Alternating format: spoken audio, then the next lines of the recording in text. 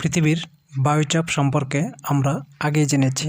আর বায়ুচাপ বলয়ের সঙ্গে বায়ুপ্রবাহের একটি গভীর সম্পর্ক রয়েছে। আজ আমরা পৃথিবীর বায়ুপ্রবাহ সম্পর্কে আলোচনা করব। পৃথিবীর বায়ুপ্রবাহ বা প্ল্যানেটরি উইন্ড সিস্টেম। প্রথমে আমরা জেনে নেব বায়ুপ্রবাহ কী। বায়ুপ্রবাহ বলতে সাধারণত বাতাসের অনুভূমিক চলনকেই বোঝায়। পৃথিবীপৃষ্ঠে বায়ুচাপের তারতম্য অনুসারে বাতাস যখন উচ্চচাপযুক্ত অঞ্চল থেকে নিম্নচাপযুক্ত অঞ্চলের দিকে ভূপৃষ্ঠের সমান্তরালে বা অনুভূমিকভাবে এক স্থান থেকে অন্য স্থানে গমন করে তখন তাকে বায়ুপ্রবাহ বলে।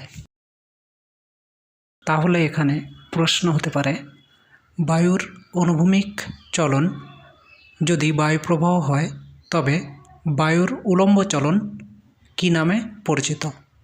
তোমরা এখানে মনে রাখবে, বায়ুর উলম্ব চলনকে বায়ুপ্রবাহ না বলে বায়ুস্রোত বলা হয়ে থাকে। আবার বায়ুস্রোতের কারণেই বায়ুমণ্ডলে মেঘের সৃষ্টি হয়, বৃষ্টিপাত হয়, এমনকি বিভিন্ন প্রকার ঘূর্ণবাত সৃষ্টিতেও বায়ুস্রোত গুরুত্বপূর্ণ ভূমিকা পালন করে থাকে।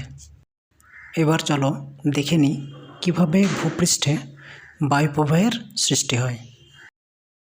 সাধারণত চাপ ও তাপের তারতম্যের কারণে বায়ুপ্রবাহের সৃষ্টি হয়। সূর্যের কিরণ ভূপৃষ্ঠে পড়লে ভূপৃষ্ঠের সংলগ্ন বায়ু উষ্ণ হয়। বায়ুর উষ্ণতা বেড়ে যাওয়ার সঙ্গে সঙ্গে বায়ু হালকা হয়ে উপরের দিকে ধাবিত হয় এবং সেই স্থানটি প্রায় বায়ুশূন্য হয়ে পড়ে। পার্শ্ববর্তী অঞ্চলের শীতল ও ভারী বায়ু সেই শূন্যস্থান পূরণ করার জন্য দ্রুত বেগে ছুটে আসে এবং বায়ুপ্রবাহের সৃষ্টি হয়।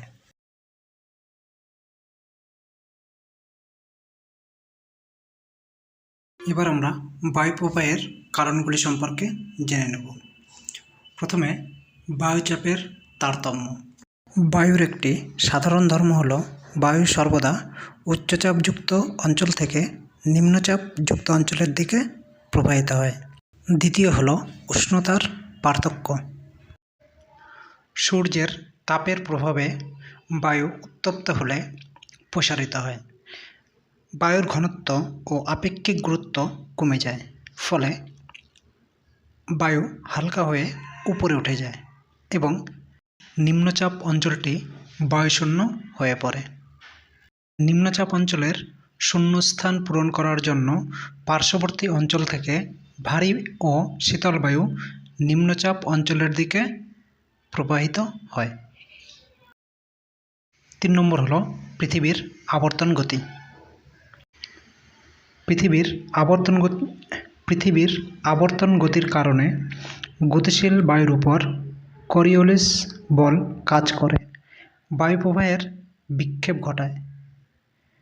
এই কারণে উত্তর গোলার্ধের বায়ু ডান দিকে এবং দক্ষিণ গোলার্ধের বায়ু বাম দিকে বেঁকে প্রবাহিত হয়। চতুর্থ হল ঘর্ষণজনিত প্রভাব। অসমতল স্থলভাগের উপর দিয়ে প্রবাহিত হওয়ার সময় বায়ু বিভিন্ন বস্তুর সঙ্গে বাধা পায়, ফলে বায়ুর গতিবেগ যেমন হ্রাস পায় তেমনি বায়ুর দিক পরিবর্তনও ঘটে। তবে জলভাগে এরূপ বাধা না থাকায় বায়ু দ্রুত বেগে প্রবাহিত হয়। এবার আমরা পৃথিবীর বায়ুপ্রবাহ তথা প্ল্যানেটরি উইন্ড সিস্টেম সম্পর্কে জানব। পৃথিবীতে বায়ুপ্রবাহ প্রধানত 4 প্রকার: নিয়ত বায়ুপ্রবাহ, সাময়িক বায়ুপ্রবাহ, স্থানীয় বায়ুপ্রবাহ আর আকস্মিক বায়ুপ্রবাহ। আজ আমরা নিয়ত বায়ুপ্রবাহ সম্পর্কে বিস্তারিত জানব। প্রথমে জেনে নিই নিয়ত বায়ুপ্রবাহ কাকে বলে। যে সকল বায়ুপ্রবাহ সারা বছর ধরে নিয়মিতভাবে নির্দিষ্ট পথে নির্দিষ্ট গতিতে ভূপৃষ্ঠের সমান্তরালে প্রবাহিত হয় তাদেরকে নিয়ত বায়ুপ্রবাহ বলে। পৃথিবীর যে চাপ বলয়গুলি রয়েছে সেই চাপ বলয়গুলির মধ্যে সমতা বজায় রাখার জন্য নিয়মিতভাবে নিয়ত বায়ু প্রবাহিত হয়। পৃথিবী পৃষ্ঠে প্রধানত 3টি নিয়ত বায়ু প্রবাহ লক্ষ্য করা যায়, যথা আয়ন বায়ু, পশ্চিমা বায়ু ও মেরু বায়ু। প্রথমে আমরা আয়ন বায়ু সম্পর্কে জানব। আয়ন শব্দের অর্থ পথ। কর্কটীয় এবং মকরীয় উচ্চচাপ বলয় অঞ্চল থেকে নিরক্ষীয় নিম্নচাপ অঞ্চলের দিকে সারা বছর ধরে নিয়মিতভাবে এবং নির্দিষ্ট পথে প্রবাহিত বায়ুকে আয়ন বায়ু বলে। আয়ন বায়ু দুই গোলার্ধে দুটি বিশেষ নামে পরিচিত। উত্তর গোলার্ধে উত্তর পূর্ব আয়ন বায়ু এবং দক্ষিণ গোলার্ধে দক্ষিণ পূর্ব আয়ন বায়ু। উত্তর গোলার্ধে আয়ন বায়ু সরাসরি উত্তর থেকে দক্ষিণ দিকে প্রবাহিত না হয়ে ফ্রেলের সূত্র অনুসারে ডান দিকে বেঁকে উত্তর পূর্ব দিক থেকে উত্তর পূর্ব আয়ন বায়ু হিসেবে প্রবাহিত হয়, এবং দক্ষিণ গোলার্ধে আয়ন বায়ু সরাসরি দক্ষিণ থেকে উত্তর দিকে ফ্রেলের সূত্র অনুসারে দক্ষিণ পূর্ব দিক থেকে প্রবাহিত হয়। তাই দক্ষিণ গোলার্ধে দক্ষিণ পূর্ব আয়ন বায়ু হিসেবে পরিচিত। এই বায়ু উভয় গোলার্ধের 5 ডিগ্রি থেকে 35 ডিগ্রি অক্ষাংশের মধ্যবর্তী স্থানে প্রবাহিত হয়। আয়ন বায়ুকে আবার বাণিজ্যিক বায়ুও বলা হয়। উত্তর গোলার্ধে আয়ন বায়ুর গতিবেগ 16 কিলোমিটার প্রতি ঘন্টায়। উত্তর গোলার্ধে জলভাগের তুলনায় স্থলভাগ বেশি থাকায় এই বায়ুর গতিবেগ কিছুটা বাধা পায়, এবং দক্ষিণ গোলার্ধে এই বায়ুর গতিবেগ 22 কিমি প্রতি ঘন্টায়।